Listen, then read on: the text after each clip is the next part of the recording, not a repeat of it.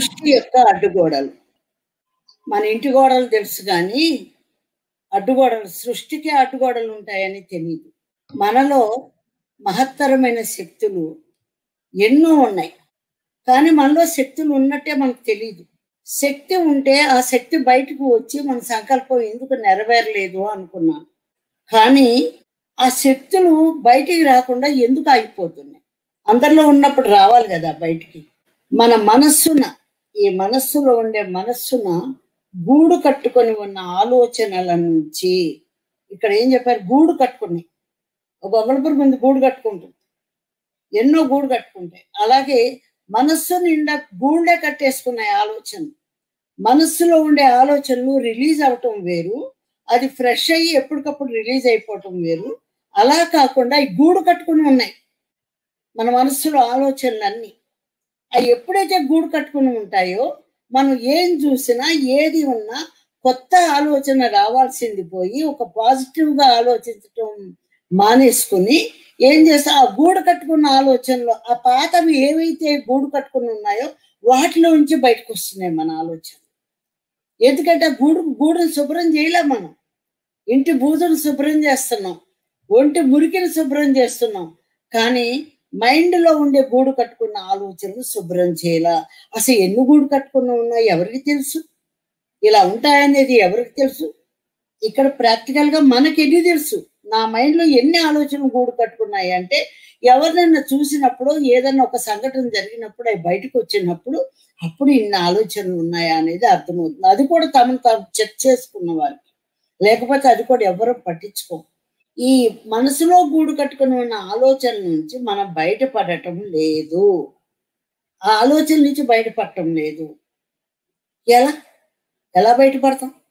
ఎలా బయటపడాలి? నేను నా ఆలోచన నుంచి ఎలా బయటపడాలి? ధ్యానంలోకి వచ్చిన దగ్గర నుంచి ఎన్ని ఆలోచనలు వచ్చాయో ధ్యానంలో, తర్వాత నెమ్మదిగా ఆలోచనలు తగ్గినాయి నిజమే, కానీ సరికాని ఆలోచనలు, సరైన ఆలోచనలు. ఒక మనిషిని చూస్తే ఎప్పుడో అప్పు ఎగ్గొట్టాడు, అతను కనపడతాడు, వీడు నా అప్పు ఎగ్గొట్టాడు, ఇదే ఆలోచన వస్తుంది. అంటే గతంలో వాళ్ళు ఏం చేశారో ఆ గతం నుంచి ఆలోచనలు మనకు వస్తున్నాయి. ఆ గతమే గూడు కట్టుకున్న ఆలోచనలు. ఈ గూడు కట్టుకున్న ఆలోచనలు ఉన్నంతసేపు మనం ఇక్కడ ఎంత ధ్యానం చేస్తున్నా, ఎంత సరైన విధంగా ప్రవర్తిస్తున్నా, ఆ ఆలోచనలని మన బుర్రను పాడు చేస్తున్నాయి.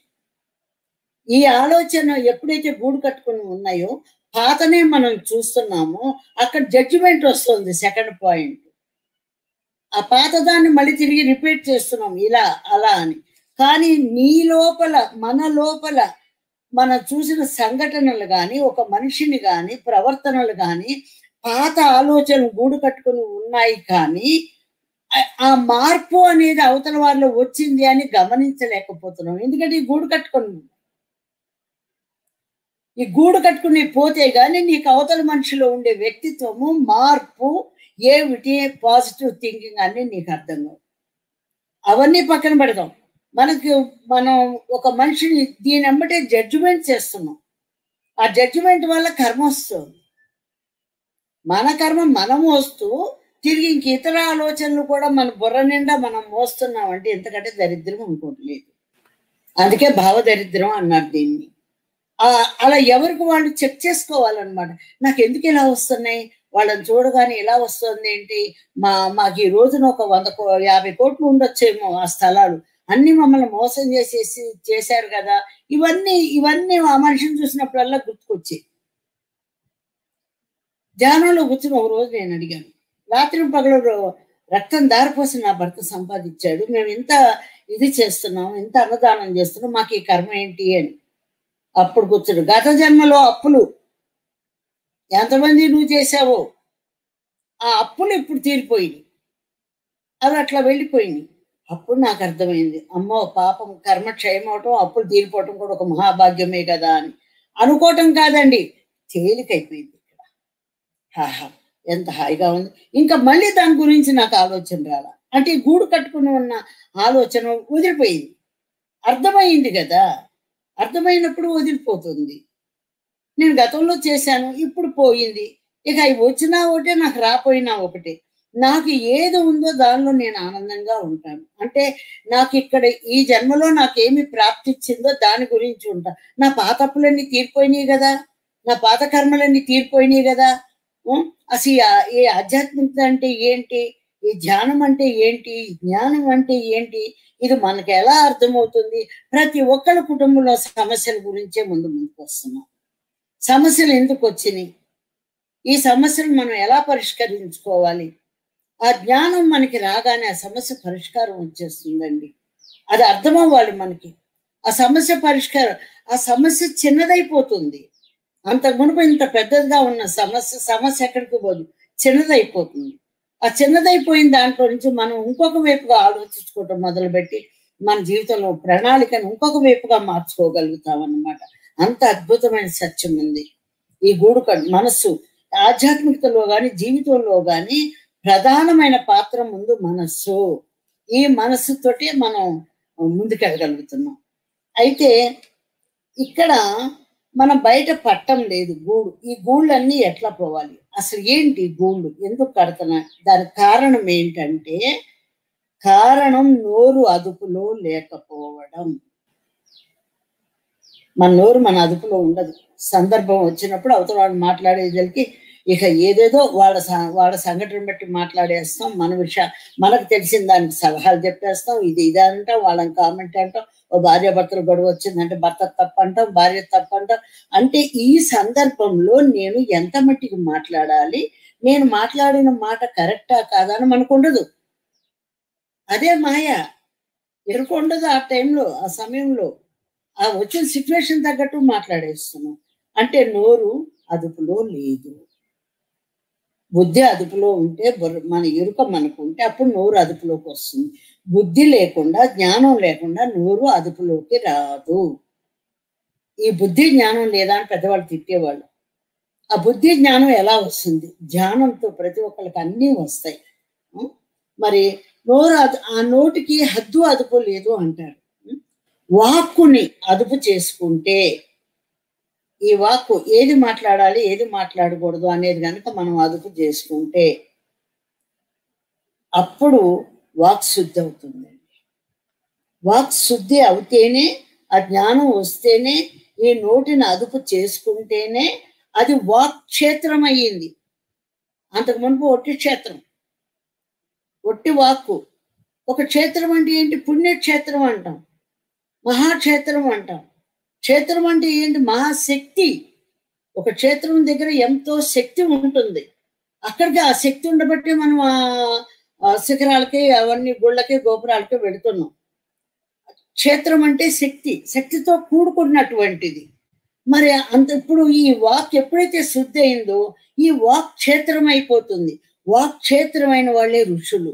అందుకే వాళ్ళు శపిస్తే శాపం, ఆశీర్వదిస్తే అవి జరుగుతున్నాయి. మరి మనకేంటి? సంసారంలో నిర్వాణం అంటే మనం మునులు కదా. ధ్యానం చేస్తున్న వాడే ఋషి. ధ్యానానికి వచ్చావు అంటేనే నువ్వు ఎన్నో జన్మల్లో ఎన్నో అయిపోతే కానీ ఇప్పుడు ధ్యానంలోకి రారు. లేకపోతే గుళ్ళ చుట్టూ తిరుగుతూ కొబ్బరికాయలు కొట్టుకుంటూనే ఉంటారు. ఎంతమంది ధ్యానంలోకి వచ్చారో వారందరూ కూడా గత యుగాల నుంచి కూడా ధ్యానం చేసినటువంటి మహాత్మలు.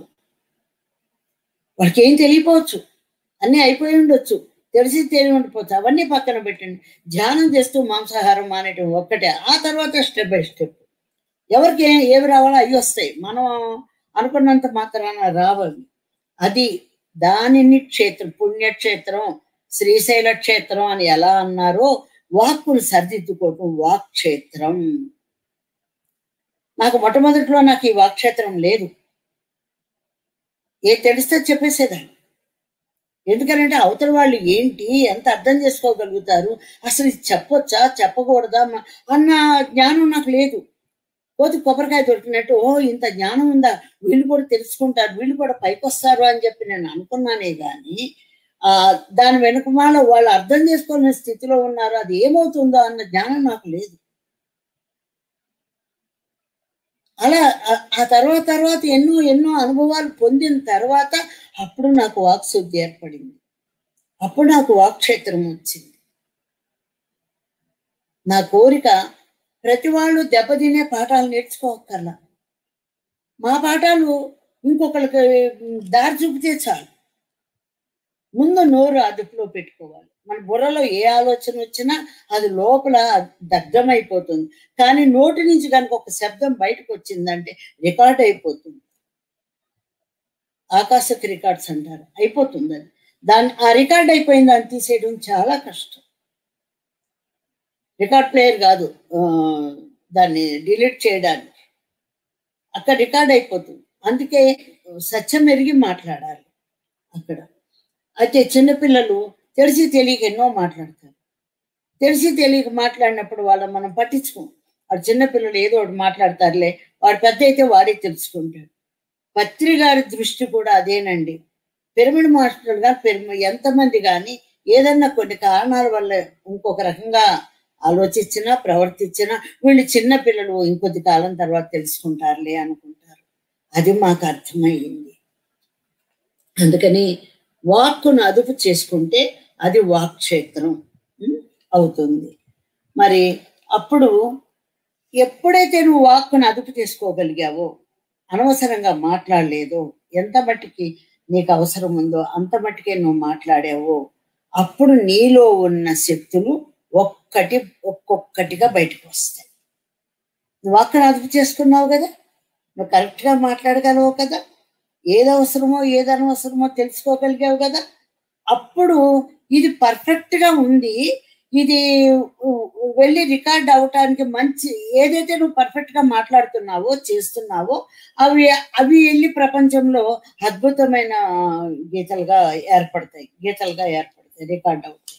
ఎప్పుడైతే ఇక నీలో ఏమైంది, పర్ఫెక్షన్ ఉండేదానికి నేను చేసిన పని, నేను మాట్లాడిన మాట, నేను తినే తిండి ఎప్పుడైతే ఒకరికి హాని కలగదో అప్పుడు నీలో ఉండే శక్తి పద్మంలాగా బయటకు వస్తుంది. అదే సహస్రార స్టేట్ అంటే. సహస్రారం అంటే వేరే ఏమి కాదు, నువ్వు పర్ఫెక్ట్గా ఉండటమే సహస్రారం. ఆ సహస్రారంలో నుంచి ఒక్కొక్కటి శక్తి బయటకు వస్తుంది. అప్పుడు నువ్వు ఏం చేయాలన్నా చేయగలవు. మన శక్తుల్ని దొంగిలించేవారు ఉంటారు. అదే కనుక బుద్ధి జ్ఞానం ఉండి ఎక్కువ మాట్లాడకుండా ఏది అవసరం అది మాట్లాడితే ఎవరూ దొంగిలించలేరు, ఎవరూ దాన్ని పాడు చేయలేరు. మనలోనే ఉంది. మరి అప్పుడు ఎప్పుడైతే నీ శక్తి బయటకు వచ్చే పని జరిగిందో నీవేమిటో అర్థమవుతుంది. ఎప్పుడైతే వాక్ శుద్ధి ఏర్పడిందో నీవేమిటో నీకు తెలుస్తుంది, నీ శక్తి బయటకు వచ్చినప్పుడు.